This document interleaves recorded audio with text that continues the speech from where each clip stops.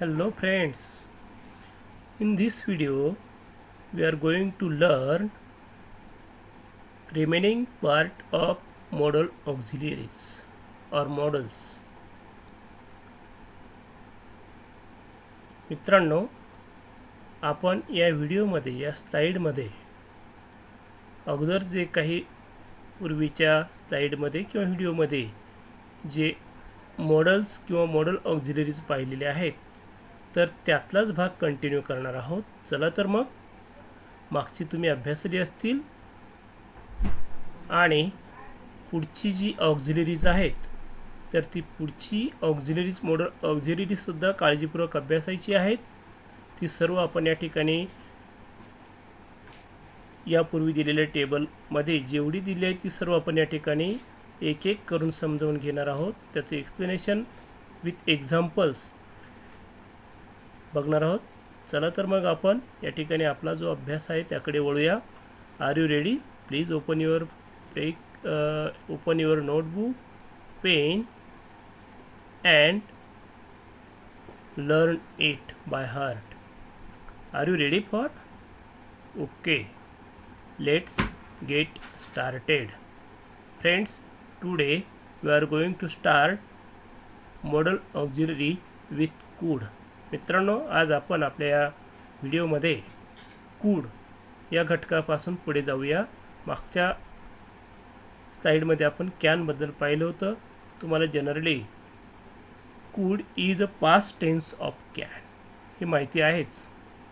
कॅनचा भूतकाळ म्हणजे could असा होतो. तर आता couldचा अर्थ कशासाठी वाक्यात वापरला जातो किंवा त्याचा मीनिंग कसा लावायचा ते आपण बघणार आहोत. ए could is used in seeking permission or making formal request. मित्रांनो, couldचा वापर विनंती किंवा औपचारिक विनंती म्हणूया त्याला किंवा परमिशन म्हणूया. परमिशन घेण्यासाठी, परवानगी घेण्यासाठी किंवा औपचारिक विनंती एखाद्याला करायची असेल तर अशा वेळेस त्याचा वापर करतो किंवा अशा वेळेस त्याचा वापर केला जातो. कूड जर वापरलं असेल तर ते कॅनपेक्षा अधिक नम्र अशा प्रकारचा त्यातून भाव आपल्याला या ठिकाणी दिसतो. म्हणजेच could is more polite than can. Example बघूया आपण. Could I talk to your manager? म्हणजे मी तुमच्या व्यवस्थापकाशी बोलायला हवं का? म्हणजे मला बोलण्याची परवानगी आहे का? म्हणजे बोललो तर चालेल का? म्हणजे मी बोलू शकतो, माझ्याकडे ती बोलण्याची क्षमता आहे. म्हणजेच could I talk to your manager? त्यांच्याशी बोललेलं चालेल. सेकंड एक्झाम्पल बघूया. Could I interrupt you for a moment? म्हणजे मी तुम्हाला मध्ये थोडंसं थांबवलं, व्यत्यय आणला किंवा तुम्हाला थोडंसं डिस्टर्ब झाला तर चालेल का? अशा प्रकारची एक रिक्वेस्ट या ठिकाणी आपल्याला दिसते. Next, use for indicating probability. शक्यता दर्शविण्यासाठी जी आहे तर त्यासाठी सुद्धा संभाव्यता किंवा शक्यता दर्शविण्यासाठी सुद्धा वाक्यात कूडचा वापर करतात. एक्झाम्पल बघूया आपण. That could be Nisha calling again?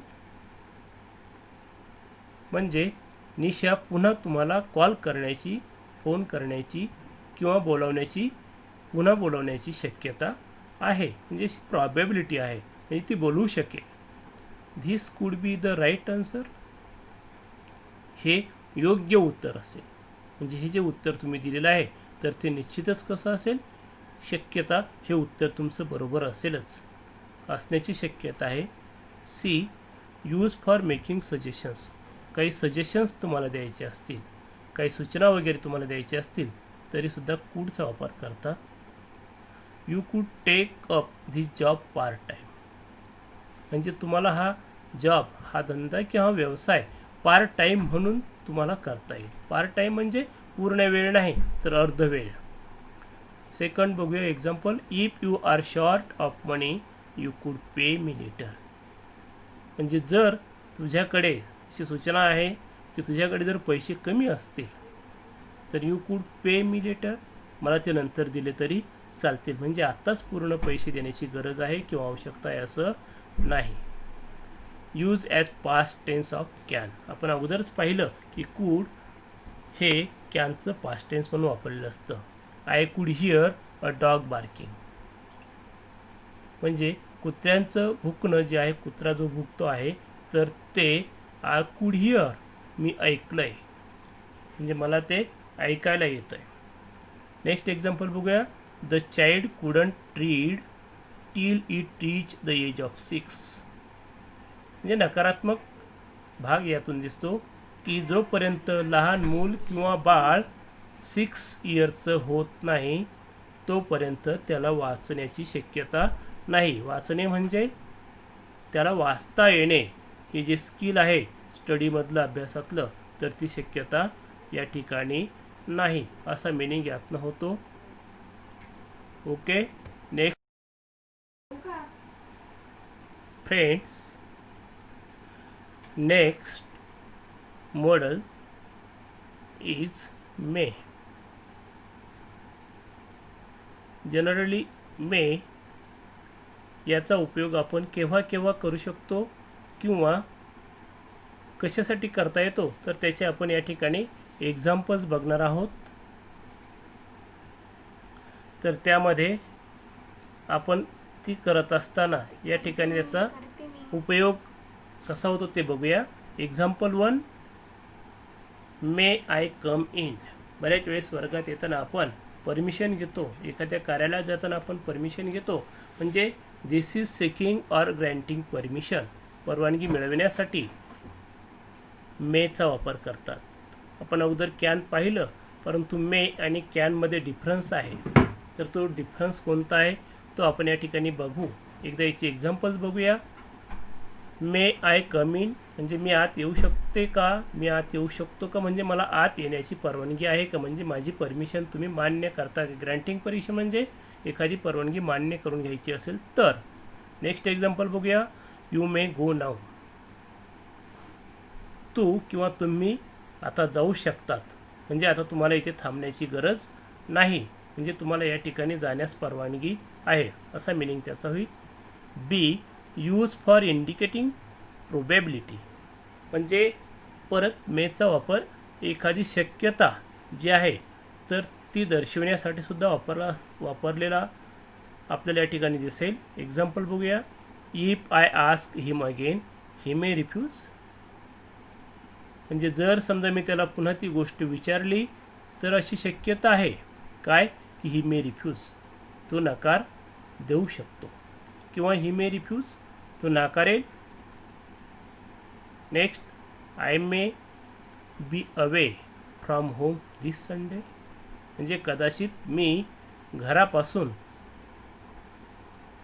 या रविवारी दूर असेल, म्हणजे मी बाहेर जाणार आहे असाच मिनिंग होईल. आय मे बी अवे म्हणजे कदाचित मी, शक्यता आहे, नक्की जाईलच असं नाही, म्हणजे रविवारी मी घरी थांबण्याची शक्यता कमी आहे, असं त्याचा आपल्याला अर्थ अभिप्रेत आहे.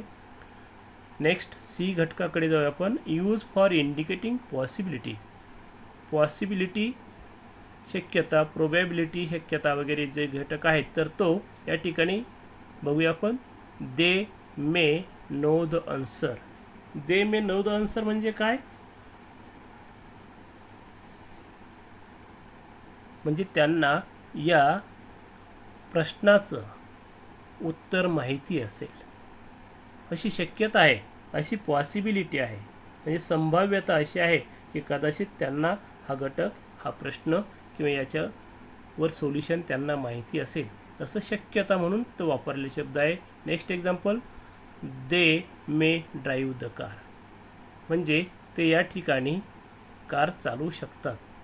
ही पॉसिबिलिटी शक्यता आहे, म्हणजे त्यांच्याकडे तो गुण आहे, म्हणजे ते करू शकतात, म्हणजे करतील की नाही सांगता येत नाही, परंतु असं मला शक्यता वाटते त्यांच्या बोलण्यातनं किंवा त्यांच्या त्या कॉन्फिडन्समधनं की त्यांना ही जमू शकेल, अशा अर्थीसुद्धा कॅन मेचा वापर करतात. नेक्स्ट, डी या घटकाकडे आपण वळूया. Use for indicating general truths.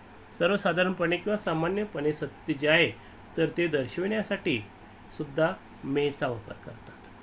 For example बघूया. Children may be restless at this particular age. लहान मुलं जी असतात ना, तर ती विशिष्ट वयात, म्हणजे विशेष त्यांचं जे वय असतं लहान मुलांचं, तर ते नेहमी रेस्टलेस असतात. रेस्टलेस म्हणजे एकदा की त्याला पालथं पडायला, थोडंसं भिंतीच्या आधाराने चालायला जमायला लागलं किंवा थोडंसं उभं राहून पावलं टाकायला लागली की ते रेस्टलेस असतं. अगदी कसल्याच प्रकारची रेस्ट घेत नाही, म्हणजे ते विश्रांतीच घेत नाही. म्हणजे ती कृती थकेपर्यंत, दमेपर्यंत किंवा झोपेपर्यंत ते करत राहतं. असं एक सत्य आहे की प्रत्येकाच्या घरात लहान मुलांच्या बाबतीत आपण पाहतो. मुलं ही अवखळ असतात, म्हणजे त्यांना आईवडिलांना सांभाळणं अवघड बनतं की त्यांच्यावर कोणीतरी सतत नजर ठेवायला हवी असते. नेक्स्ट एक्झाम्पल बघूया. Some migratory birds may be found here during this season. मित्रांनो, मायग्रेशन म्हणजे स्थलांतर करणे, म्हणजे दरवर्षी एका प्रदेशातनं दुसऱ्या प्रदेशात due to change of weather, ज्याला आपण म्हणूया की वातावरणातील, हवामानातील बदलामुळे पक्षी एका ठिकाणी दुसऱ्या ठिकाणी जात असतात. म्हणजे ही एक सर्वसाधारण अशा प्रकारची फेनॉमेनन, म्हणजे सर्वसामान्य अशा प्रकारची ती गोष्ट आहे. म्हणजे दरवर्षी हा आपल्याला अनुभव येत असतो. तर या ठिकाणी आपण मे अँड कॅन या दोन्ही गोष्टीचा थोडासा फरक बघूया. लक्षात असू द्या किंवा नोट करून घ्या. मे जनरली परवानगी मागणे किंवा परवानगी देणे किंवा नाकारणे यासाठी, किंवा एखादी गोष्ट अधिक आपल्याला अर्जयुक्त करायची आहे, अधिक त्यामध्ये विनम्रता दाखवायची असेल, तर त्यावेळेस याचा वापर होत असतो मेचा. मात्र कॅन हे जे आहे, तर ते कॅन आपल्याशिवाय दुसऱ्याबद्दल जर आपल्याला परवानगी मागायची असेल, आपल्या व्यतिरिक्त आपल्याला जर दुसऱ्यासाठी परवानगी घ्यायची असेल, तर अशा वेळेस आपण कॅनचा वापर करतो. एक्झाम्पल या ठिकाणी बघूया आपण. मे आय गो टू मार्केट, म्हणजे मी मार्केटला जाण्यास मला परवानगी आहे का. मात्र तुमच्यासोबत तुम्हाला जर एखाद्याला घ्यायचं असेल, जसं may I go to market, yes you may go, असं आपल्याला त्याचा आन्सर घेता येईल. And can Sarla come with me, आणि किंवा कम टू मी, किंवा सरला माझ्यासोबत येऊ शकते, म्हणजे मला तर जायचं आहे. म्हणजे कॅन दुसऱ्यासाठी परवानगी घ्यायची असेल तर कॅनचा वापर करतात, आणि स्वतःसाठी संयुक्तिक परवानगी आपण मेतनं दर्शवू शकतो. नेक्स्ट स्लाइडकडे आपण जाऊया.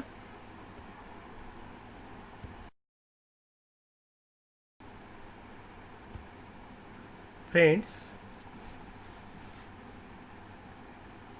Next part of model is might. Might is the past tense of may. मे याचाच भूतकाळ माईट असा आहे. मेचा जो अर्थ होतो तोच भूतकाळी अर्थ आपल्याला माईटचा घेता येईल. तर याचाही वापर आपण बघूया. जवळजवळ फक्त वर्तमानातली स्थिती आणि भूतकाळातली स्थिती यासाठी या ठिकाणी आपण बघूया. यूज्ड इंडिकेटिंग प्रोबॅबिलिटी, या ठिकाणी प्रोबॅबिलिटी जी आहे, तर ती प्रोबॅबिलिटी किंवा ज्याला आपण संभाव्यता, शक्यता वगैरे जी आहे, तर ती या ठिकाणी व्यक्त करण्यासाठी आपण याचा वापर बघणार आहोत. माईटचा अर्थ आपण या ठिकाणी मे सारखाच गृहीत धरणार आहोत, आणि त्यानुसार आपण याचा उपयोग वाक्यामध्ये कसा करतात तर ते बघणार आहोत. चला तर मग या ठिकाणी आपण माईटचे वेगवेगळे वापर आणि त्या संबंधित असलेली काही एक्झाम्पल्स बघणार आहोत. मग आपण या ठिकाणी एक्झाम्पल बघूया. म्हणजे या ठिकाणी संभावनीयता किंवा शक्यता वगैरे दाखवण्यासाठी चा वापर होत असतो. Example, we might win this time around, म्हणजे यावेळेस आम्ही, विन धिस टाईम म्हणजे यावेळेस आम्ही जिंकू, म्हणजे आम्हाला जिंकता येईल किंवा जिंकलेलो असू असं शक्यता त्यामध्ये दर्शवली जाते. म्हणजे पास्ट फॉर्म जसा वापरतो तर तशा प्रकारची एक प्रोबॅबिलिटी शक्यता दर्शवलेली असते. नेक्स्ट एक्झाम्पल बघा. It is so quiet that one might hear a pin drop.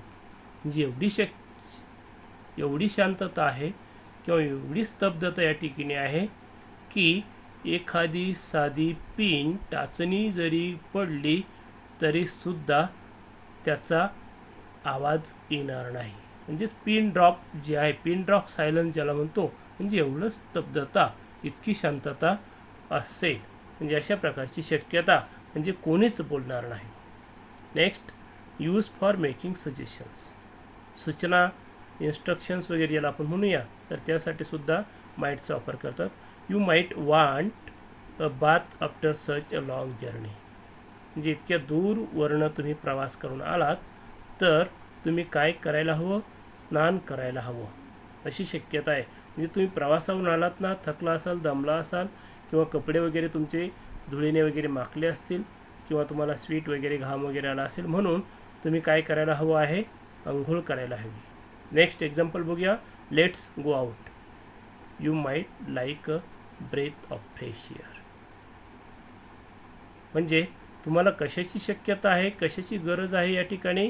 की स्वच्छ हवा. आणि मग जर स्वच्छ हवा घ्यायची असेल, श्वासोश्वास जर चांगला स्वच्छ हवा असेल, तर लेट्स गो आउट. चला आपण कुठे जाऊया? बाहेर जाऊया.